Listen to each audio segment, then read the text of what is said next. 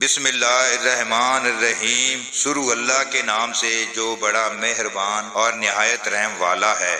باب نمبر 45، جو عالم بیٹھا ہو اس سے کھڑے کھڑے سوال کرنا۔ حدیث نمبر 123، حضرت ابو موسیٰ اشعری رضی اللہ عنہ سے روایت ہے، انہوں نے فرمایا نبی صلی اللہ علیہ وآلہ وسلم کی خدمت میں ایک شخص آیا اور پوچھنے لگا، یا رسول اللہ کی راہ میں لڑنا کسے کہتے ہیں؟ کیونکہ ہم میں سے کوئی غصے کی وجہ سے لڑتا ہے اور کوئی حمیت کے سبب جنگ کرتا ہے۔ رسول اللہ صلی اللہ علیہ وآلہ وسلم نے اس کی طرف اپنا سر مبارک اٹھایا۔ ابو موسیٰ کہتے ہیں آپ نے اپنا سر مبارک اس لیے اٹھایا تھا کہ وہ کھڑا تھا۔ پھر آپ نے فرمایا، جو شخص اس لیے لڑے کہ اللہ کا بول بالا ہو تو ایسی لڑائی اللہ عز و جل کی راہ میں ہے۔ باب نمبر 46، رمی جمار کے وقت سوال کرنا اور فتویٰ دینا۔ حدیث نمبر 124، حضرت عبداللہ بن عمرو رضی اللہ عنہ سے روایت ہے، انہوں نے کہا میں نے نبی صلی اللہ علیہ وآلہ وسلم کو جمرے کے قریب بائیں حالت دیکھا کہ آپ سے سوالات کیے جا رہے ہیں۔ چنانچہ ایک شخص نے کہا، یا رسول اللہ میں نے رمی سے پہلے قربانی کر لی۔ آپ نے فرمایا اب رمی کر لو، کوئی حرج نہیں۔ دوسرے نے دریافت کیا، یا رسول اللہ میں نے قربانی سے پہلے سر منڈوا لیا۔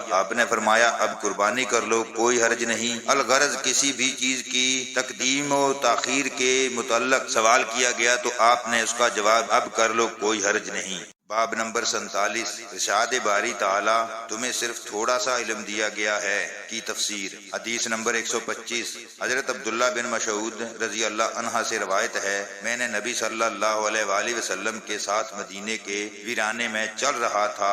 آپ کھجور کی چھڑی کے سہارے چل رہے تھے۔ راستے میں چند یہودیوں کے پاس سے گزر ہوا۔ انہوں نے آپس میں کہا، ان سے روح کے متعلق سوال کرو۔ ان میں سے ایک نے کہا، تم ان سے ایسا سوال نہ کرو کہ جس کے جواب میں وہ ایسی بات کہیں جو تمہیں ناگوار گزرے۔ بعض نے کہا، ہم تو ضرور پوچھیں گے۔ آخر ان میں سے ایک شخص کھڑا ہوا اور کہنے لگا، اے ابو القاسم، روح کیا چیز ہے؟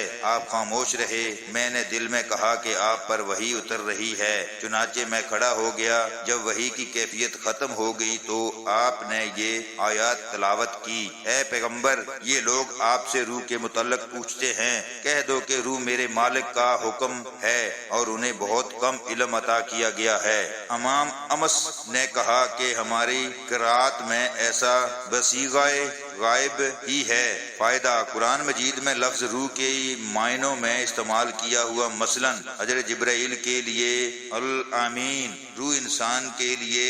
متعلقہ آیات میں روح سے مراد روح انسانی ہے جو پورے بدن میں پھیلی ہوئی ہے اور بدن کی حرکت اس روح کی مرہون منت ہے۔ اس کی حقیقت اللہ کے سوا اور کوئی نہیں جانتا، لہذا ہمیں بھی اس سے متعلق لب گشائی سے اجتناب کرنا چاہیے۔ باب نمبر 48، اندیشہ کوتا فہمی کے پیش نظر کچھ پسندیدہ چیزیں ترک کر دینا تاکہ لوگ کسی سنگین غلطی میں مبتلا نہ ہو جائیں۔ حدیث نمبر 126، حضرت اسود سے روایت ہے، انہوں نے کہا مجھ سے حضرت عبداللہ بن زبیر رضی اللہ عنہ نے فرمایا، حضرت عائشہ رضی اللہ عنہا تجھ سے بہت راز کی باتیں فرمایا کرتی تھی، تو کعبے کے متعلق انہوں نے تجھ سے کیا حدیث بیان کی ہے؟ میں نے کہا مجھ سے انہوں نے یہ کہا تھا۔ نبی صلی اللہ علیہ وآلہ وسلم نے فرمایا، اے عائشہ اگر تیری قوم کے لوگوں کا زمانہ قریب نہ ہوتا، ابن زبیر نے کہا یعنی کفر جاہلیت کے قریب نہ ہوتا، نئے نئے اسلام میں داخل نہ ہوئے ہوتے، تو میں کعبے کی اس تعمیر کو منہدم کر دیتا اور اس کے دو دروازے بنا دیتا، ایک سے لوگ داخل ہوتے اور دوسرے دروازے سے نکل جاتے۔ چنانچہ حضرت عبداللہ بن زبیر رضی اللہ عنہ نے اپنے دور حکومت میں ایسا ہی کر دیا۔